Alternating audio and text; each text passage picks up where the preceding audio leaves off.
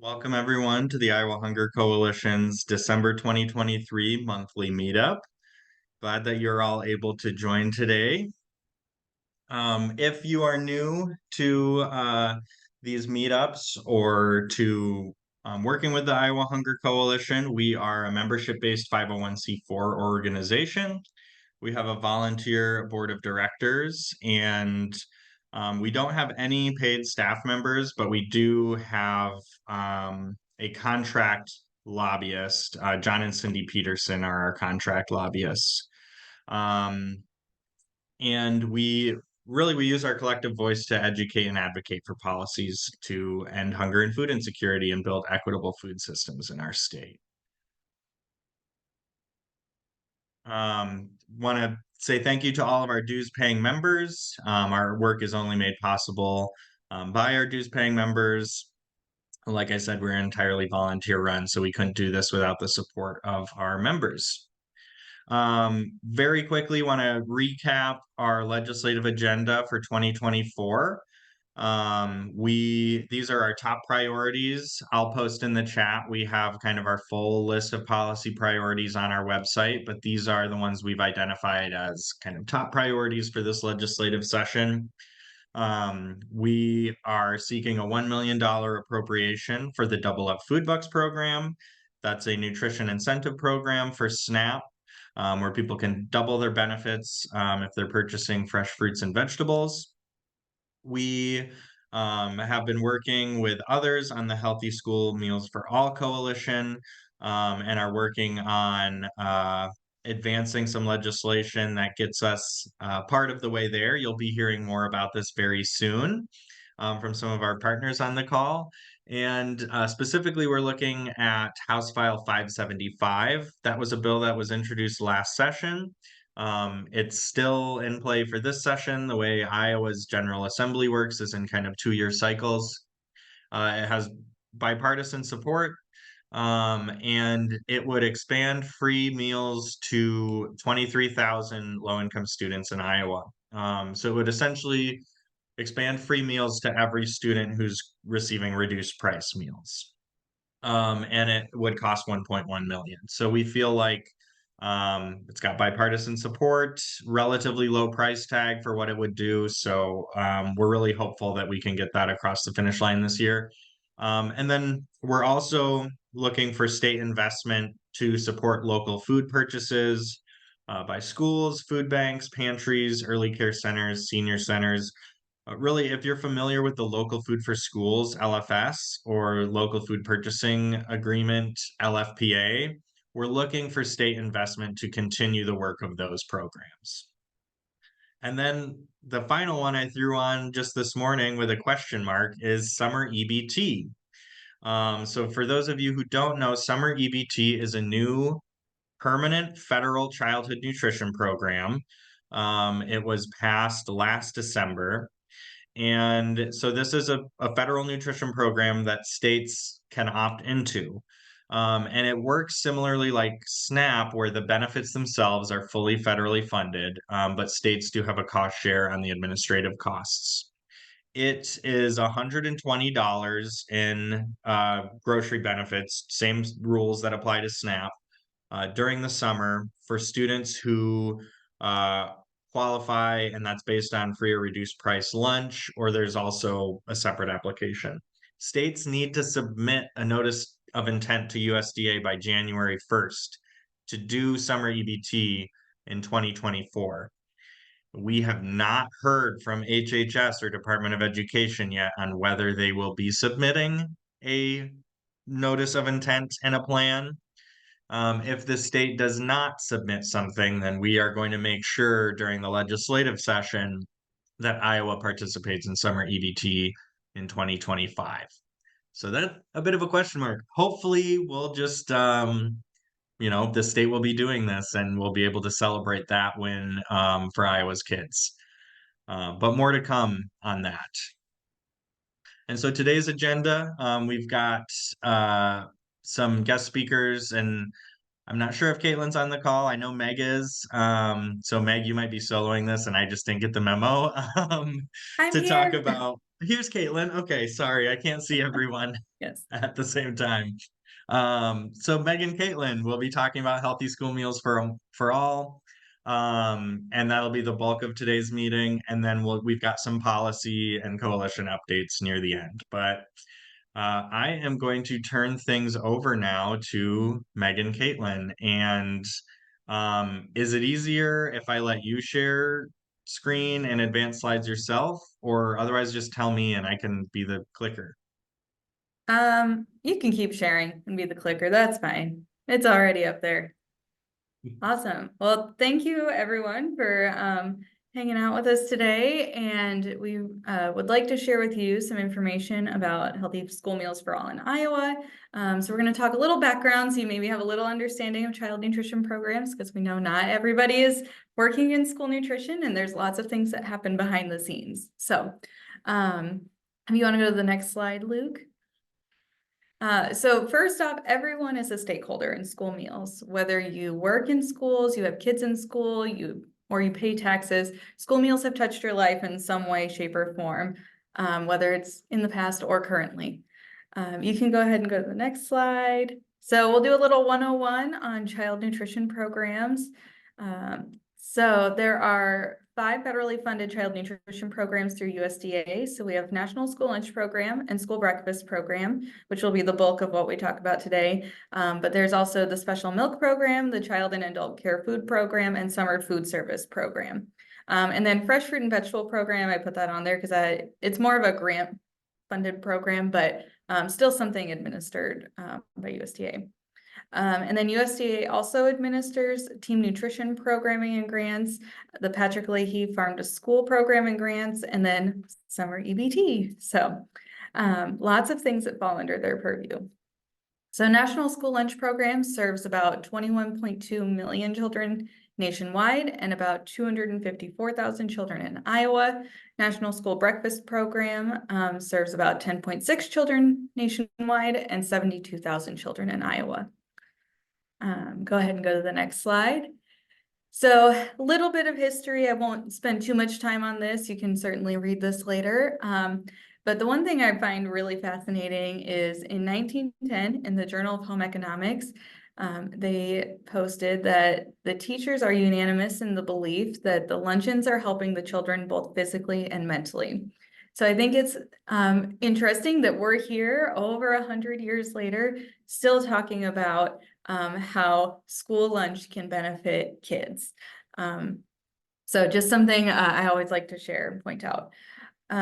In the early 1930s, we had communities that implemented their own school lunch programs, mainly funded by charitable organizations, some state tax dollars. 1946, we get the National School Lunch Act signed into law, which made appropriations for school lunch permanent. 1966, we had the Child Nutrition Act, which extended and expanded and strengthened not only National School Lunch Program, but also extended the Special Milk Program and established a pilot breakfast program. 1975, School Breakfast Program receives permanent authorization.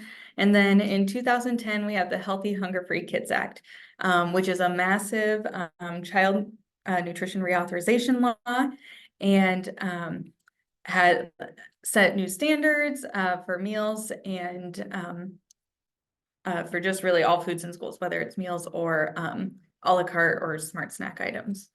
You can go ahead and go to the next slide, Luke. So wanted to share, there are lots of rules that we follow, and our meal patterns are one of the many rules. So we have 3 required food groups we have to serve at breakfast, which is grain, fruit, and milk. You can serve protein items or your meat alternates, which would credit towards your grain requirement, and then you can serve vegetables as well, which credits towards your fruit requirement. There are targets for calorie, saturated fat, sodium, and trans fat, both for breakfast and lunch. The targets are a little bit different for those meals, but all those nutrients are regulated. You can go ahead and go to the next slide. So for lunch, we offer all 5 food groups, which is fruits, vegetables, grains, meat alternate, and fluid milk. There are subgroup requirements for vegetables at lunch. So ensuring that students over the course of a week are getting a variety of vegetables offered to them. So we have dark green and red orange, our beans and peas, our legumes, starchy, and then other, which is things like celery and cucumbers, green beans, things that don't fit into those other categories. And then there's minimums for the week, but then you have to have a little bit of additional vegetable to get to that goal, or the minimum amount for the week. Again, same targets for nutrients, calories, saturated fat, sodium, and trans fat.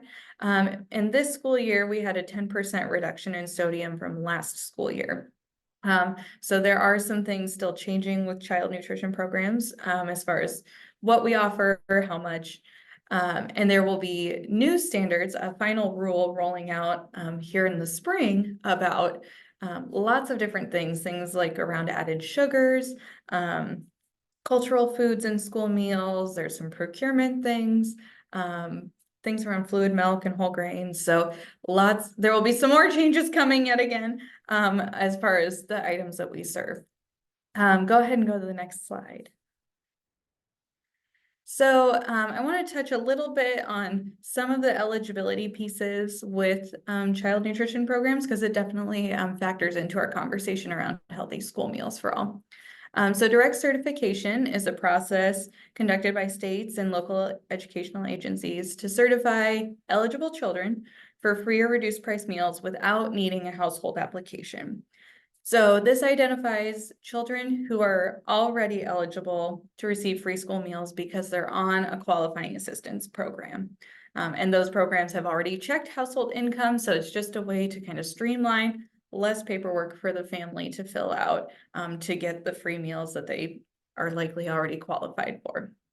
So programs that can qualify for direct certification are SNAP, Medicaid. Medicaid is kind of funny though, because it's only certain plans that are determined by the state. So it's not every Medicaid plan that qualifies for direct certification.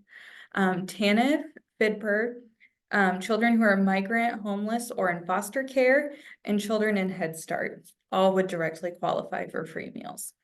I did put a link there with more information about direct certification if you're interested in learning more. Go ahead and go to the next slide, Luke. So if a child is not directly certified, current practice is that the families have to complete an application for free or reduced price meals. And that's based on their household size and their gross income. So not net income, but gross, which is an important piece of information. So you can see there the eligibility guidelines. This is current for this school year. So you could see a family of 4 would, to qualify for free meals, can at most make $39,000 in a year for the household. So not just one person, but for everybody in the household. So community eligibility provision is another eligibility process. I guess that's not the right word, but it's a meal service option for schools and school districts that are in low income areas.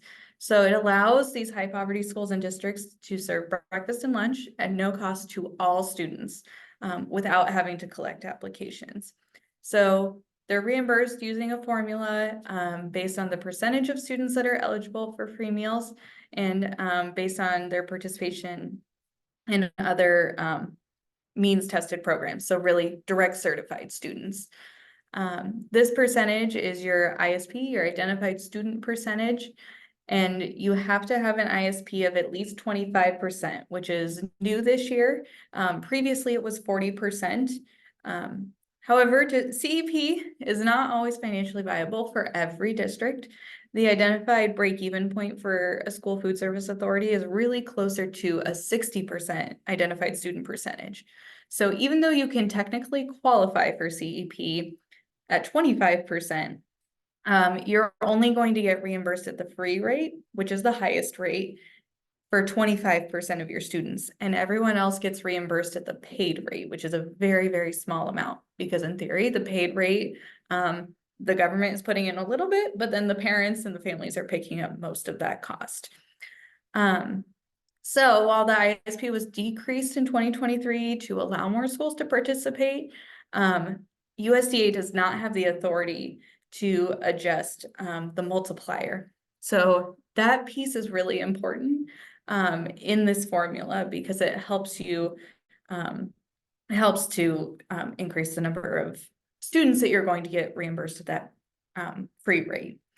So that while it's great and a step that USDA could take on their own with their own authority, we really need legislation at the federal level to move that multiplier up and make it more realistic to operate CEP. You can go ahead and go to the next slide, Luke. So we're going to talk a little bit about COVID, even though, you know, we kind of want to forget about it, right? But it's a really important piece in our conversation around healthy school meals. So the pandemic was really a precursor for us. It really modeled how healthy school meals for all could look in reality. We saw increased meal participation, especially at breakfast in school food authorities. So on average, breakfast increased by 45% in the state of Iowa, and lunch increased by about 7%. So a little bit different demographics. You know, lunch, you have more of that captive audience. So, you know, some parents might have been like, all right, it's free. We're going to go ahead and just get lunch at school. But breakfast, you kind of got to choose to be there. You know, the buses, you know, sometimes busing is the problem, is you just can't get there fast enough. But yeah, so just it's a little bit different situation when you look at those numbers. So you might be like, why did that increase by so much? But it's because you got to choose to come to breakfast, or part of the reason anyway. We can make assumptions about data, but we need a little bit more to demonstrate, you know, that increase in participation leading to maybe some of these other factors, such as food security in school, attendance, better grades, mental and physical health. We anticipate we'll hopefully be able to get that data as more states start to implement healthy school meals for all in their own state. But yeah, there isn't really concrete data at this time around those correlations. Go ahead, thank you. So how were we able to do this during the pandemic, and why can't we do it now? There was a need, you know, we went from being food service operations that were operating in buildings in a congregate setting to having to flip our operations to a drive-through model for many school districts. So USDA, in order to accommodate those altered service models, granted lots of flexibilities to child nutrition programs. So we were able to utilize summer food service program and then later seamless summer option, which the biggest difference with those two is the meal pattern that's used. Summer food service is a little bit simpler. Seamless summer is the same meal pattern as National School Lunch Program. But with both of those options, the reimbursement rate is higher. So it helps school districts, especially during that time when costs were going up.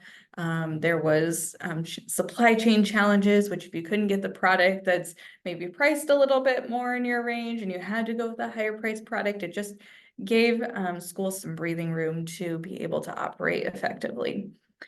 It removed the congregate requirement for meals, which is really important when you're doing a drive-up model and not offering meals in a cafeteria.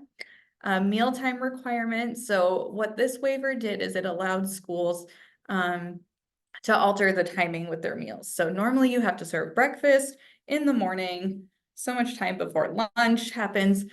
So there's rules around that in the normal operation of our programs. With this, it took that requirement away, so we could package a lunch and a breakfast together. Families came at one time and picked that up and had a meal for the next, you know, the following morning. Or some schools did bulk packaging of meals where families did a once a week pickup. Lots of different ways that this was implemented. Parent and guardian meal pickup. So this allowed parents and guardians to come to a site without their child to get a meal for them. This was important during COVID. You know, we wanted to reduce potential exposure for children. And so that was an option for families if they wanted to do that. And then meal pattern flexibilities, which, as I mentioned, there were lots of supply chain challenges. You couldn't find your regular products. And so we had to make adjustments and get whatever we could, to serve yogurt or to serve, you know, chicken patties, whatever it might be. You might have had to pick a different product than what you typically used. So the meal pattern flexibilities were extraordinarily helpful in that. Go ahead, thank you. School meal debt is another piece of this conversation around healthy school meals for all. Since the pandemic, school meal debt has been on the rise, especially after waivers ended and we shifted back to families having to qualify for free or reduced price meals. Families are just stretched a lot further than they were even 4 years ago. So that has been extremely challenging when families don't qualify, but their budgets are still really stretched at home. And when they have something has to give, it might be school meals. So because in 2018, in Iowa, there was an anti-lunch shaming bill that was passed that requires districts continue to provide meals to students regardless of account balance. So a student could be $400 negative, they're still getting a meal from us that day. Which is what we want to do. We want to feed kids. We want them to have a lunch. But the reality is that a school food service operation is a business. We're what's called an enterprise fund. So we're a separate fund from the general fund of a district, considered a nonprofit, but you're operating like a restaurant, like a business. You want to stay in the positive. You don't want to be falling into the negative. And if a food service account can't cover the cost of a negative balance, eventually it's district dependent, but that cost could potentially have to be covered by the general fund of a district, which most districts do not want to be covering negative balances out of their pot of money that they're using for educational purposes. So some districts have gone to have donation accounts, which is certainly a solution. There's different uses in different districts. Structures are set up differently for how funds are distributed. It's a good idea at first to wipe out those negative balances. However, they can become problematic, as families find out that there's a donation account and, oh, my balance can be wiped out. There is potential to see some snowballing of the debt because families may have to make choices to not pay, and that can potentially become problematic in the future. So now we'll talk a little bit about healthy school meals for all. So there's been benefits from research about healthy school meals for all. Of course, we're going to continue to get more data as we see more and more states implementing healthy school meals for all. We see increased school meal participation. We already know that's something that can happen when every student can eat for free. Better diet quality for students. If you've ever walked through a cafeteria and seen what comes in cold lunches, you might be a little shocked. Our meals that we're serving at school have to have fruits, they have to have vegetables, low-fat dairy, whole grains, and lean proteins. So much better diet quality than some of the candy bars and cans of pop that we see come in cold lunches, which is really important when you're talking about bringing students in and wanting them to come learn. Having them prepared with the nutrients their body needs to function is just so important. There's some limited research around improved food security, but not a lot. Better attendance rates. If kids are coming to school or are fed when they're at school, they're more likely to come. Better academic achievement. So this is more of a positive correlation, not really a causal relationship, but could be from students are having improved nutrition, or it could be indirect through increased attendance rates. So it's positively correlated, but we don't really know why, what is causing that positive correlation, or can't totally connect it to one thing. There's no increase in BMI. So students who are eating school meals we're not seeing an increased BMI when they're eating with us. Schools in high need areas can see more benefit from utilizing CEP. So something that is helpful in the short term. So potential outcomes, kind of long-term, better academic achievement, which can lead to college and career readiness, possibly higher income in the future. So maybe some long-term kind of extrapolated effects from being able to access those meals. Healthcare cost savings, if we have better diet quality, we're going to see students who are nourished, who develop healthy habits earlier in life, and may reduce risk for diet-related disease in the future. And readiness for military service. So I didn't really say this on the history slide, but really National School Lunch Program comes out of a need for having young men who were ready for military service. We were seeing lots of malnourished men coming into World War II, which was recognized as something that could be problematic for our national security if we have folks who aren't prepared for that military service and don't have bodies that are equipped for that. So that is where really kind of the roots of National School Lunch Program lies, in that need to get folks ready for military service. So something else to think about with Healthy School Meals for All is the connection of local foods into our school meals programs. So you may have heard of like farm to school programs, or as Luke mentioned, local food for schools, that's assisting schools with doing local purchasing.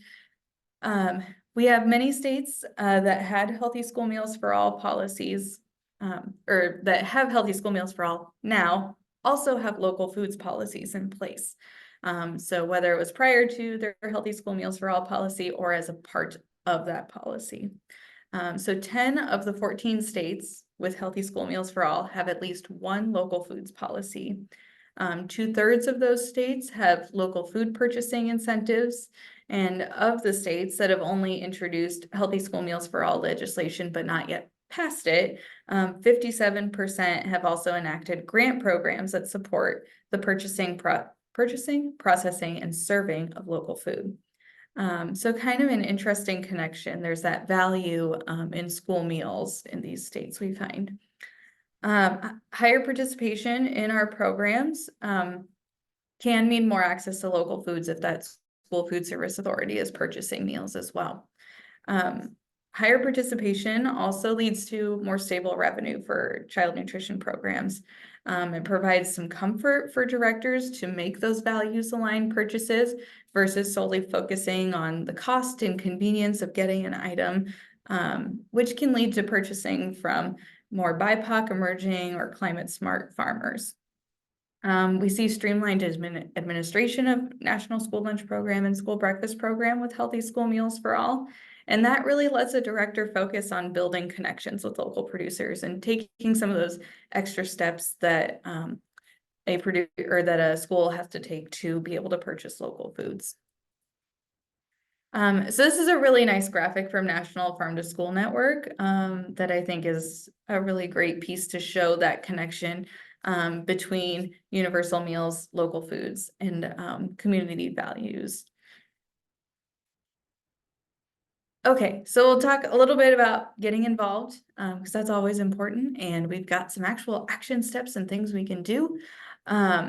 So there currently is some legislation at the federal level, and child nutrition reauthorization is due, but not likely to happen. There's lots of other things happening at the federal level right now. So there are some bills that are out there. There hasn't been a lot of traction with them at this point in time because there's just lots of competing priorities at the federal level. You can go to the next slide, Luke. So state legislation. So these are all bills that were introduced last session here in Iowa. And as Luke said, they're still relevant for the 2-year biennium. So we have House File 363, which is a universal meals bill. It also has a local foods component as well in that bill. Senate File 303 is a universal meals bill minus the local foods component. House File 558 would create a local farm produce fund and program. I don't think that moved anywhere last session either. And then as Luke said, our feature bill, House File 575, which would move all of our students who are currently receiving reduced price meals, which is about 23,000 students, into the free category. So we're working on some numbers and pulling together a one-pager on that, but I think we figured for an additional $50 and it was like $47 and some change investment in a student from the state, we're seeing 23,000 more kids have access to meals, which is really cool. If you want to go to the next slide, Luke.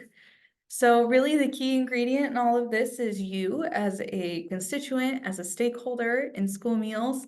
I kind of outlined on the slide here, maybe some of those different talking points as to why advocating for healthy school meals for all might be important from a couple of different perspectives. So feel free to take some time to read through that on your own.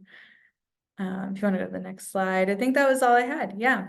So thank you for letting us talk today.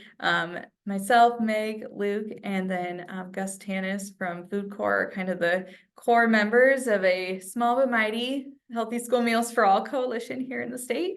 And yeah, join us and put in a plug to join us because yeah, we're a cool group. Thank you so much, Caitlin. Does anyone have any questions for Caitlin or Meg?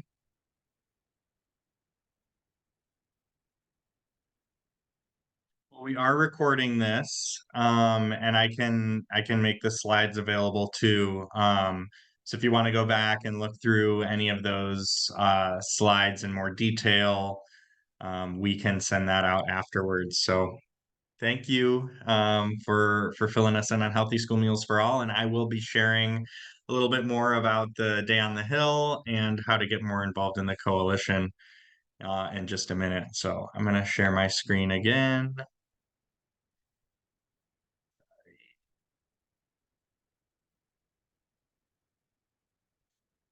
So a little bit of a federal update first. So the Farm Bill is currently extended through September 30, 2024. So as part of one of those kind of deals struck last month, we did see a reauthorization of the Farm Bill for another year.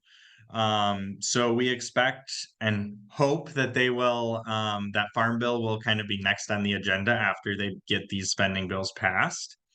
Hoping it doesn't get any closer to election season, because then I think it's very likely that we'll just see an extension again. The agriculture appropriations bill needs to be passed by January 19. There is a push right now to fully fund WIC in that ag appropriations bill. There is a request, the White House has requested a supplemental $1.2 billion to fully fund WIC. Unlike SNAP, WIC is not guaranteed funding. It requires Congress specifically appropriating funds to it. And for decades, there's been kind of a bipartisan handshake agreement to fully fund WIC. We are starting to see that break down. And so there is a push to make sure that WIC is fully funded in the ag appropriations bill and has that supplemental funding. Senator Patty Murray is a big proponent of WIC and heads appropriations. So, we're hopeful, but want to make sure that people are reaching out to Congress with this. I will share it in the chat in a minute, but the Center on Budget and Policy Priorities, actually, if you go to cbpp.org, it's right on their front page. They have an estimate if WIC is not fully funded, what that will look like for states. And they have some estimates for state by state estimates. So there's Iowa specific information in that. And like I said, I'll post that in the chat. But just want to encourage people to reach out to our federal delegation asking to fully fund WIC in the ag appropriations bill. Also, as it relates to Farm Bill, You may have gotten an email from us on Monday. Senator Grassley co-authored a letter earlier this month with Representative Chip Roy of Texas to congressional leadership. And we were concerned because there was a call to cut SNAP to pre-pandemic levels in that letter.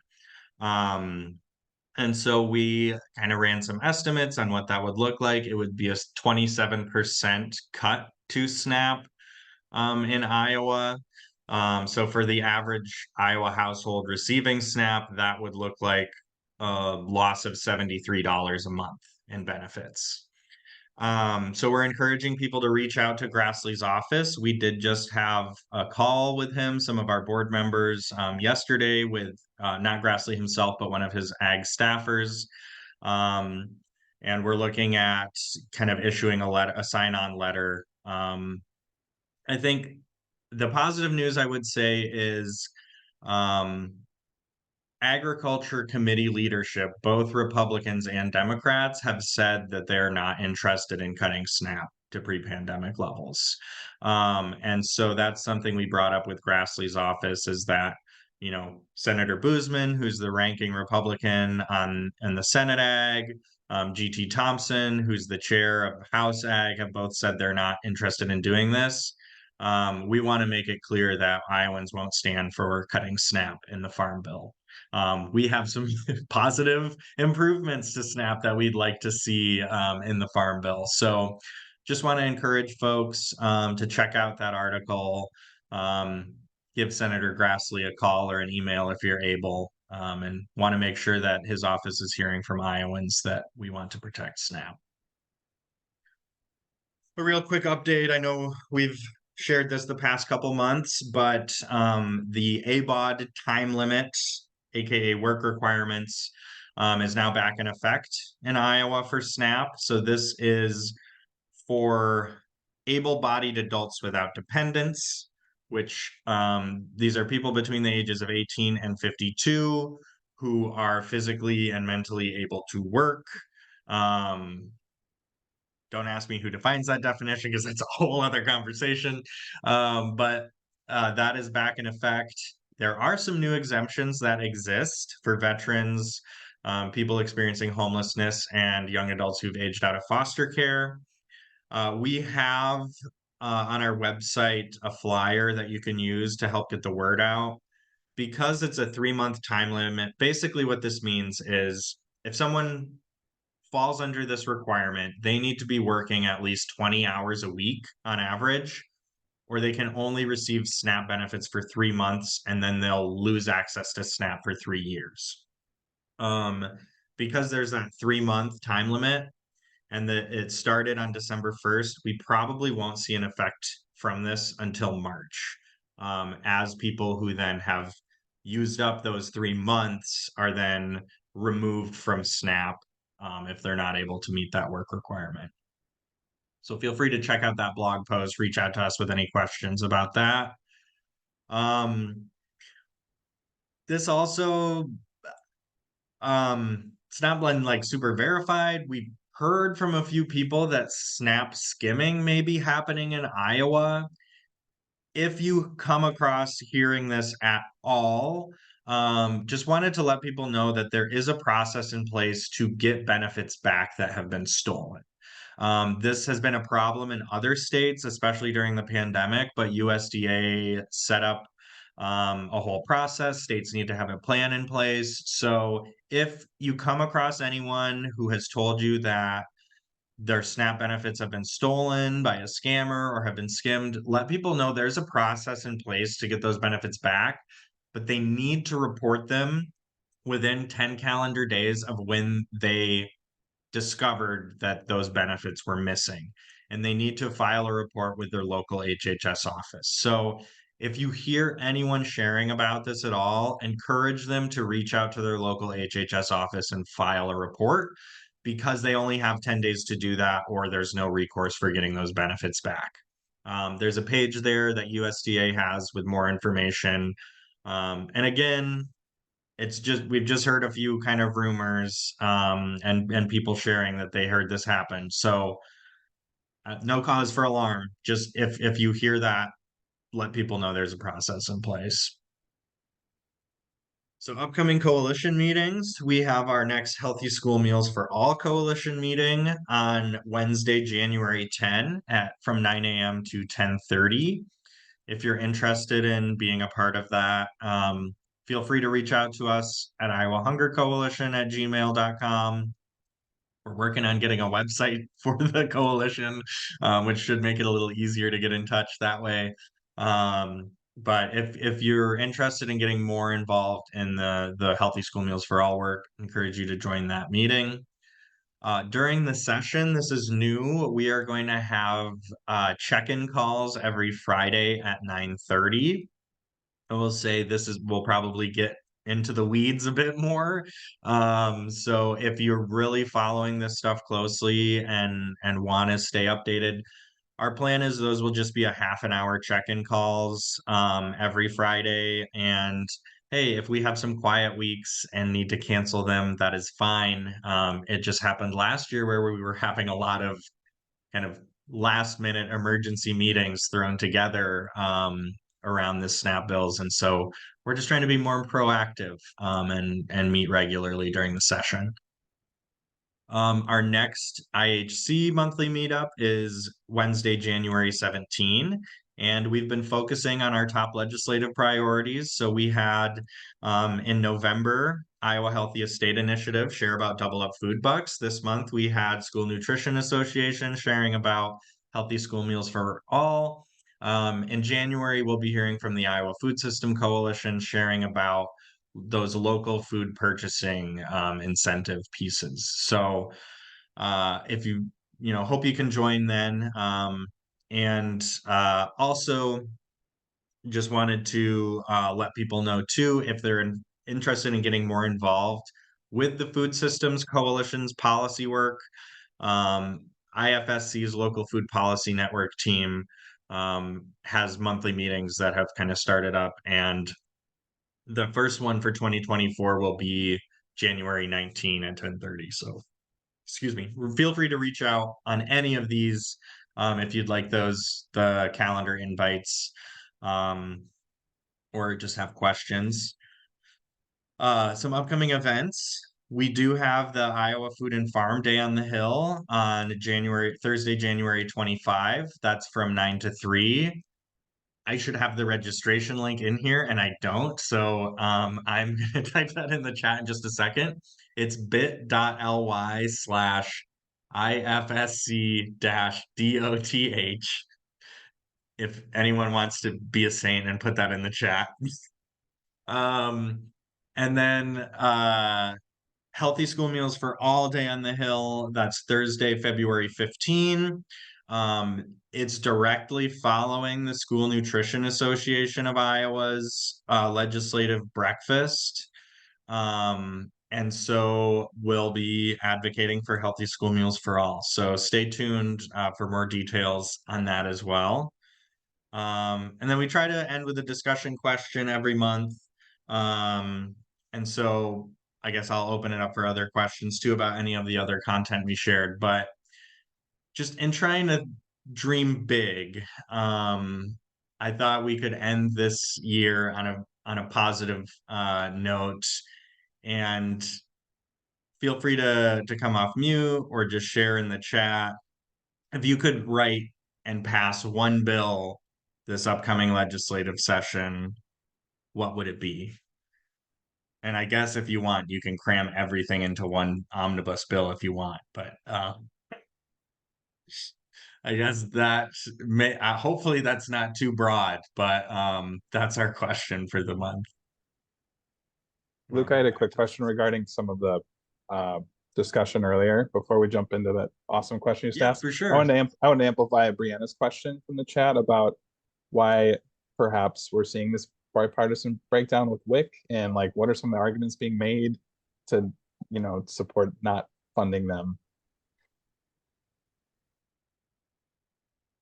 To me, my read is that we are seeing just increased pressure from the right, especially in the House, on spending at every turn.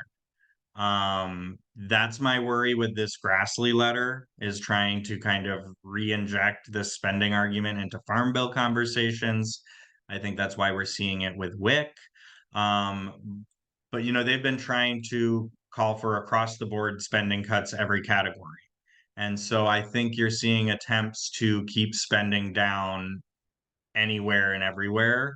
Um, the fact that this is supplemental funding too, I think that is a bit of a struggle because it's asking for more that was not already kind of agreed upon. The reason why there's this need for supplemental funding is WIC rolls have remained higher, and you're seeing the impact of food prices. The way that the WIC box works is the government is covering the cost of those specific products. So it's not just you're getting the set amount to spend, it's we're going to cover these products. And when those prices rise, that food box cost rises. So we've seen the food costs go up a lot. We've seen some sustained higher levels of enrollment. I mean, any WIC advocate will tell you, like, participation is still really low. I think it's like 45% of everyone who qualifies participates. But in just nationwide, we see WIC rolls remaining a bit higher. Um, so I think those are some of the struggles for why we haven't seen this already agreed upon. And thank you. I was not monitoring the chat during this, so thank you all.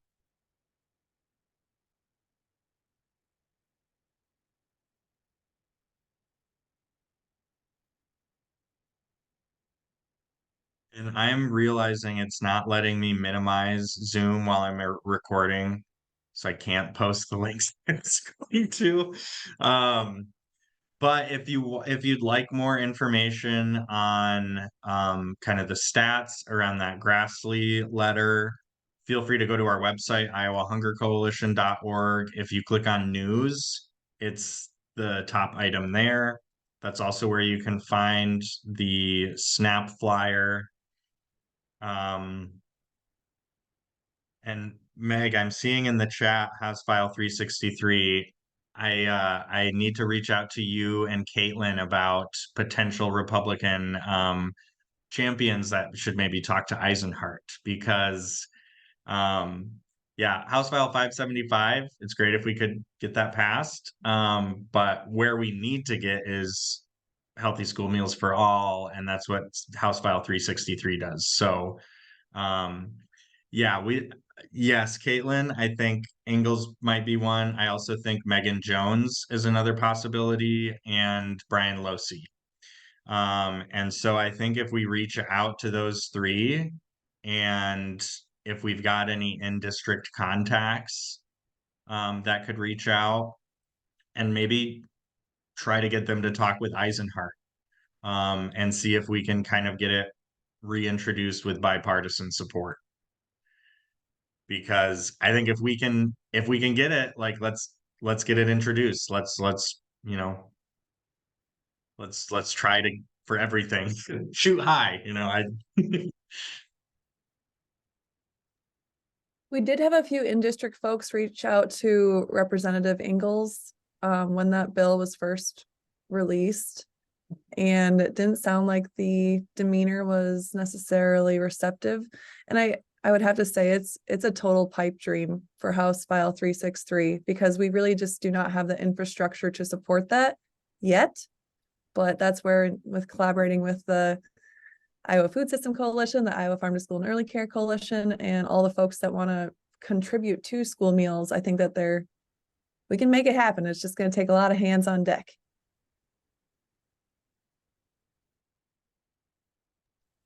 In that vein, I actually had a similar question for the Healthy School Meals for All folks. How can we help support the growth of it? Are you looking for like strategic backers that we can help recruit? You just want us to attend the January 10th meeting? Are there like school districts you're looking for to get involved? Other legislators? What would be most helpful? Yeah, I think if there's any strategic partners that you can send our way, I think that's super helpful to get more folks kind of allied around healthy school meals for all, and kind of show maybe broader support, beyond just like school districts, because I think all of us in school districts are really excited and supportive of healthy school meals for all, but kind of showing like school boards or superintendents or I don't know if I think we've reached out to the school nurses. I believe at one point we did. Meg, you can talk a little bit more about like some of the folks we've talked to already.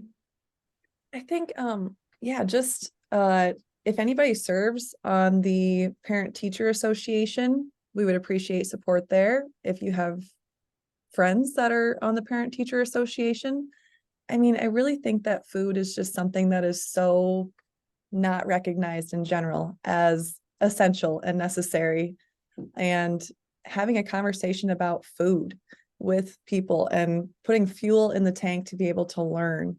And with school breakfast program and national school lunch program, that accommodates 56% of a child's calories for the day. And while I don't necessarily agree with all of the regulation and the regulation on top of regulation,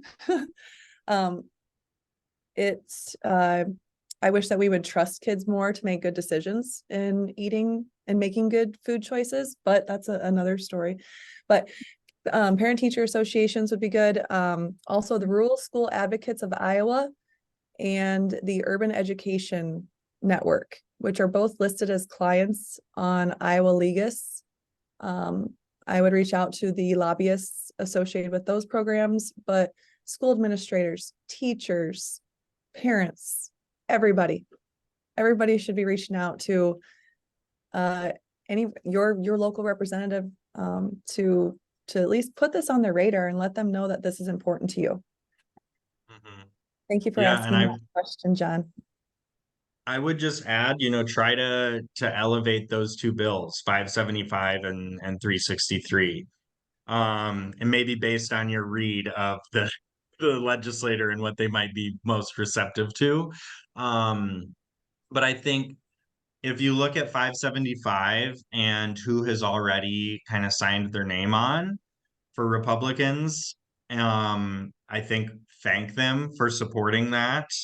There's not really any Democrats on there other than Sammy Sheets because he went out and was specifically looking for Republicans to sign on to this. So I know that the Democrats are supportive of it, and I think we'll see more kind of sign on to it. So for Republicans, if they're signed on to it, thank them and remind them of what it is because they don't always remember every bill, remind them of what the bill does and thank them for supporting it. Ask them if there are any of their colleagues who aren't signed on that they think would be receptive. And then if they're not signed on, encourage them to support it. Encourage them, especially if they're on the education committee. I think that's going to be kind of a list of priority legislators. Our real ask here is to get a subcommittee meeting scheduled for this. It's already been referred to education. We need the chair, Skylar Wheeler, to assign a subcommittee for this. And so that is going to be a big ask too, of if you have a legislator who's a Republican, who's ideally sponsoring the bill and on education committee, like those are our real champions. And so encourage them to apply some internal pressure on the education committee and the chair, Skylar Wheeler, to assign a subcommittee for this so they can meet on this. We can get it passed out of subcommittee, passed through the education committee. So that's what I would say. And then I think a really powerful advocacy tool here is just inviting legislators to come have a school meal.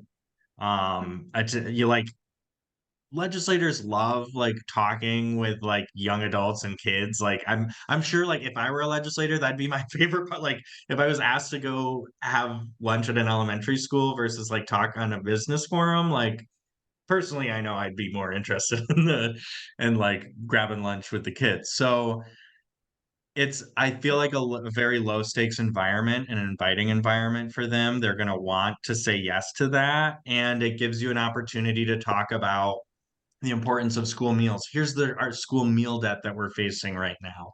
Hey, during the pandemic, like it was so much easier. You know, it's a natural opportunity for advocacy. So, Mhm. Cindy, I saw you got off mute. Anything you would add? Yeah, Craig Johnson is the vice chair of that committee as well. So if any of you have relationships with him, or go to him as well, because Skylar Wheeler is not always the most easiest person to get anything across to. And if other members of that committee are hounding him about it, I think that's a good idea too. And most of all, just contact every one of you, your own legislator, because at some point or another, we hope that this bill or these bills will come up to them in caucus, and so that it's on their radar screen and they are aware of it.